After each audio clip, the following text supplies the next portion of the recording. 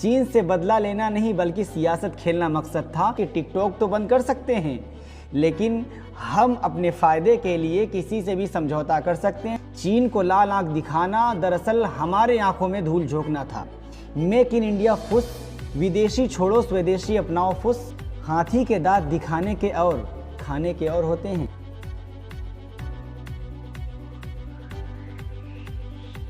चीनी कंपनी को मिला Delhi Meerut rapid rail project का ठेका। पिछले साल लगी थी रोक।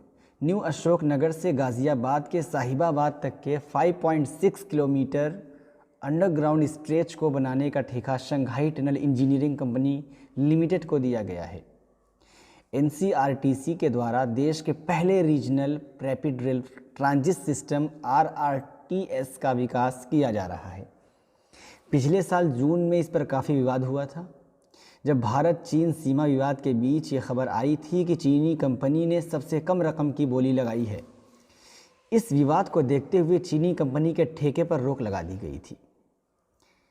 पिछले साल 12 जून को हुई बीडिंग में चीन की Shanghai tunnel engineering company limited सबसे कम रकम की बोली लगाने वाली कंपनी बनी। इसके तहत दिल्ली मेरठ RRTS कॉरिडोर में न्यू अशोक नगर से साहिबाबाद के बीच 5.6 किलोमीटर तक अंडरग्राउंड सेक्शन का निर्माण होना है।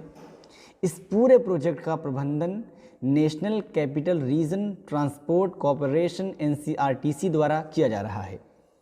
इसके लिए 5 कंपनियों ने बोली लगाई थी। चीनी कंपनी STEC ने सबसे कम 1126 करोड़ रुपए की बोली लगाई। भारतीय कंपनी लार्सन एंड ट्रूबो LNT ने 1170 करोड़ रुपए की बोली लगाई।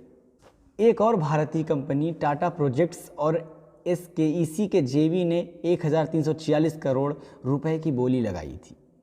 मोदी जी ने लाल आंख दिखाई तो थी चीन को, आप सब बिला वजह लोड ले रहे थे। अब हमारे 20 से ज़्यादा सैनिकों की शहादत पर यह गिफ्ट देशवासियों को मोदी जी देने जा रहे हैं। स्वागत करिए इसका, क्योंकि वैसे भी भक्तों की नज़र में मोदी जी का विरोध करने वाले मुसलमान इस देश के सबसे बड़े देशद्रोही हैं। चीन से बदला लेना नहीं बल्कि सियासत खेलना मकसद था, आप जान लीजिए। मोदी सरकार ने चीनी कंपनी को ठेका देकर ये साबित कर दिया है कि टिकटॉक तो बंद कर सकते हैं, लेकिन हम अपने फ़ायदे के लिए किसी से भी समझौता कर सकते हैं, चाहे वो देश के सैनिक ही क्यों ना हो। सरकार ने बलिदान देने वाले जवानों की लाश पर सियासत खेल दी है। चीन को लाल आंख दिखाना दरअसल हमारे आंखों में धूल झोंकना था। सारे हिंदुस्तान को बाइकॉट चाइना के नाम पर बेवकूफ़ बनाया गया। मेक इन इंडिया फुस, विदेशी छोड़ो स्वदेशी अपनाओ फुस। सरकार डोकलाम वगैरह में बने चीन के रास्तों को हटाने के बजाय इंडिया में घुसने का रास्ता दिखा रही है आर्थिक तरीके से। आप देख लीजिए, हाथी के दांत दिखाने के और खाने के और होते हैं।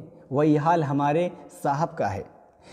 यहाँ की जनता से कहा कि चाइना का बाइकॉट करो और उसी चाइना को साहब ठेका दे रहे हैं और अंदर अंदर दोस्ती का हाथ बढ़ाए हुए हैं। विदेशी हटाइए, स्वदेशी अपनाइए, ये कहकर साहब ने पतंजलि को आम कर दिया। और मोदी जी का ये कारनामा अमित शाह की ज़ुबान में एक जुमला साबित हुआ।